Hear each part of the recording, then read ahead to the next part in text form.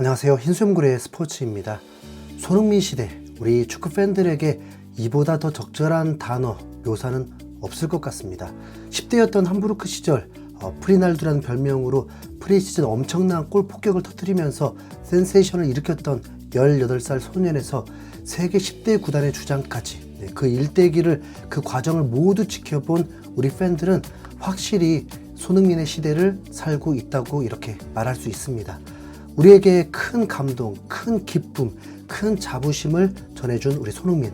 더 이상 해줄 게 없다고 해도 과언이 아닌 우리 손흥민인데, 그럼에도 우리는 이러한 손흥민에게 더 바라는 마음이 있습니다. 물론 그 바람 역시 손흥민을 정말 아끼기 때문에 손흥민이라는 한 시대의 대표자가 더 잘 되기를 바라는 마음에서 시작된다는 것 또한 사실이고요. 대부분의 대한민국 축구 팬들은 암묵적으로 의도치 않게 토트넘의 팬이 되어 있는 상황입니다. 만화 슬램덩크에는 유명한 대사가 있죠. 안 선생님이 과거 대학 감독 시절에 자신의 애제자에게 했던 바로 그 대사. 너를 위해 팀이 있는 것이 아니다. 팀을 위해 네가 있는 것이다. 팀 스포츠에서 당연히 간과해서는 안 될 만국 공용 명언 중의 명언입니다. 하지만 우리의 입장은 좀 다르죠. 우리가 토트넘을 응원하는 이유가 뭡니까? 우리는 손흥민을 위해 토트넘을 응원하는 것이지 토트넘을 위해 손흥민을 응원하는 건 아니죠. 그렇기 때문에 우승이라는 대전제 역시 손흥민의 우승이지 토트넘의 우승이 아닙니다. 여러분, 다들 동의하시죠? 그러니까 손흥민이 이적해야 한다는 국내 여론이 들끓고 있는 것이기도 하고요. 그런데 문제는 손흥민 본인이 토트넘에 대한 애정이 너무나도 각별하다는 데 있습니다. 여기에 더해서 손흥민의 활약을 기준으로 볼 때 박한급여, 우승을 위해 투자를 감행할 의지가 없어 보이는 레비 회장, 이런 부분들까지 겹치면서 손흥민을 아끼는 우리 팬들의 가슴속은 다 들어가고 있습니다. 그럼 손흥민은 토트넘에서 계속 손해만 봤을까요? 이게 또 그렇지는 않단 말이죠. 우리의 기대만큼은 아니지만 토트넘 구단 역시 손흥민에게 쉽지 않은 배려와 믿음을 보여온 것 또한 사실입니다. 실제로 2014년 당시 레버쿠젠 소속이었던 손흥민은 군 면제 해결을 위해서 아시안게임 차출을 강력하게 요구했지만 의무사항이 아니었던 만큼 레버쿠젠은 팀 전력의 핵심이었던 손흥민을 팀에 남게 했습니다. 대한민국 인천에서 열렸던 대회였고 당시 대표팀이 우승을 차지하면서 군 면제를 해결했던 대회였죠. 하지만 다음 대회인 2018년 대회, 토트넘은 손흥민이 군 면제를 해결할 수 있도록 아시안게임 대표팀 차출을 허락합니다. 해당 연도인 2018년 7월 손흥민과 재계약을 체결했던 당해 연도인데, 심지어 시즌 초반 약 한 달이라는 기간 동안 손흥민을 잃게 되는 뼈아픈 상황이었음에도 통큰 양보를 하면서 결국 손흥민은 군 면제를 해결하고 돌아오게 되죠.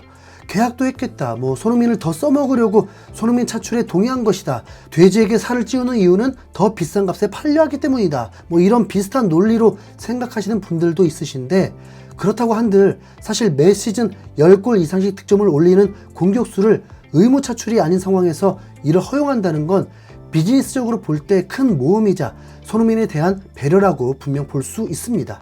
그리고 손흥민이 토트넘에서 진정한 월클로 거듭난 것 또한 사실이기 때문에 토트넘이 손흥민에게 준 것 없이 받기만 했다, 이렇게 말하기는 좀 무리가 있죠. 무엇보다 손흥민은 런던 토트넘 팬들에게 절대적인 지지와 사랑을 받고 있는 선수이기도 합니다. 영국 매체의 토트넘 기사들을 보면 특정 선수의 기사가 아니고서는 토트넘의 팀 기사나 경기를 앞둔 프리뷰 기사를 보면 대부분의 헤드라인 사진이 손흥민 아니면 엔지 감독이라는 사실만 보더라도 손흥민은 토트넘의 상징임을 알 수 있습니다. 아쉬움이 없다고 하면 거짓말이지만 손흥민도 토트넘 구단도 서로에게 신의를 보이고 있다, 이렇게 볼 수 있죠. 이제 손흥민은 토트넘과의 4번째 계약, 3번째 재계약을 앞두고 있습니다. 2015년 7월 레버쿠젠을 떠나 토트넘, 프리미어리그로의 입성 이후 2018년 7월, 2021년 7월, 지금까지 이렇게 3차례 계약서에 사인을 했죠. 특히나 앞서 말씀드렸던 2018년의 재계약은 손흥민이 군 면제를 해결하기 이전 시점인 점을 볼 때 확실히 토트넘이 손흥민에게 의리를 보였다 할 수 있습니다. 그런데 이게 또 재밌는 게 재계약을 했던 해당 시즌마다 손흥민도 토트넘도 훨훨 날았었거든요. 우선 손흥민이 첫 번째 재계약을 했던 2018-2019 시즌 토트넘은 챔피언스 리그 준우승을 기록합니다. 8강에서는 무려 맨시티를 탈락시키면서 말이죠. 우승 문턱에서 미끄러진 아쉬운 결과긴 하지만 그래도 토트넘이 레알이나 바르샤, 뮌헨, 맨시티 같은 팀도 아닌데 준우승이라면 엄청난 쾌거죠. 그리고 두 번째 재계약 서류에 사인을 했던 2021-2022 시즌, 해당 시즌 토트넘은 극적인 챔피언스리그 진출과 함께 손흥민 개인적으로는 아시아인 최초 프리미어리그 득점왕을 차지합니다. 물론 재계약 때문이다라고 할 만한 과학적인 근거는 없습니다만 재계약을 체결했던 해당 연도에 이렇게 기분 좋은 활약을 계속 해왔죠. 이제 세 번째 재계약을 앞둔 현 시점, 영국 현지에서는 토트넘이 손흥민에게 역대 최고액을 제시할 것이라는 기사가 앞다퉈 나오고 있는 상황입니다. 이미 지난해 해리 케인이라는 팀의 간판을 이뤄야 했던 토트넘이 손흥민만큼은 반드시 지키려는 의지가 반영된 현지 매체들의 추측이죠. 아마 재계약이 이루어진다면 이번 시즌 종료 후 그리고 다음 시즌 시작 전에 이루어질 가능성이 높은 상황이고, 재계약이 이루어진다면 손흥민은 사실상 토트넘에서 은퇴를 맞이할 가능성이 매우 높아지는 상황입니다. 그리고 해외 매체에서 언급하는 역대 최고의 대우, 케인에게 제시한 40만 파운드를 기준으로 놓고 봐도 무방하겠죠. 주급 40만 파운드는 현 시점에 데브라이너만큼의 주급입니다. 최소한 프리미어리그 탑5 안에 드는 최고액입니다. 그리고 만약 이러한 상황이 현실이 된다면 토트넘은 지금까지의 구단 내 패러다임을 깨고 새로운 시대를 맞이할 수 있습니다. 짠돌이 레비, 왜 레비가 짠돌이인지 가장 대표적인 게 토트넘 내 존재했던 급여 체계 자체 셀러리 캡 때문이었습니다.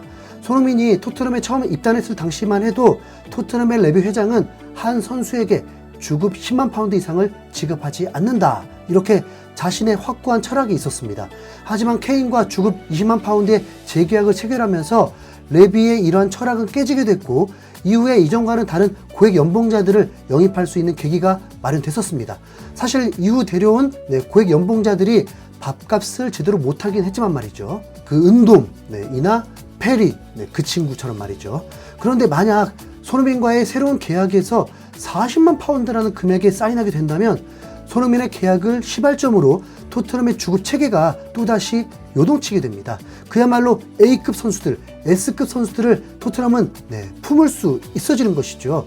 물론 급여 체계 때문에 최고 수준의 선수들을 데려오지 못했다라고 단정할 수는 없지만 선수 영입의 폭이 넓어질 수 있다는 것만큼은 분명한 사실이 될 것입니다.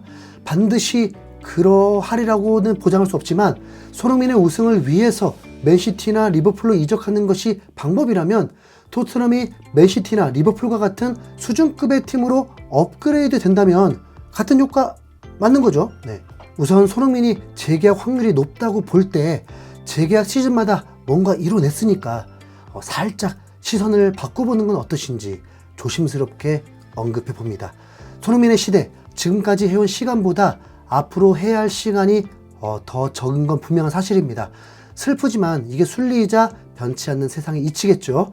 길지 않게 남은 이 시간, 우리 손흥민이 본인이 행복한 즐거운 축구 계속하기를 한 명의 팬으로서 진심으로 응원합니다. 지금까지 흰수염고래였습니다. 시청해주셔서 감사합니다.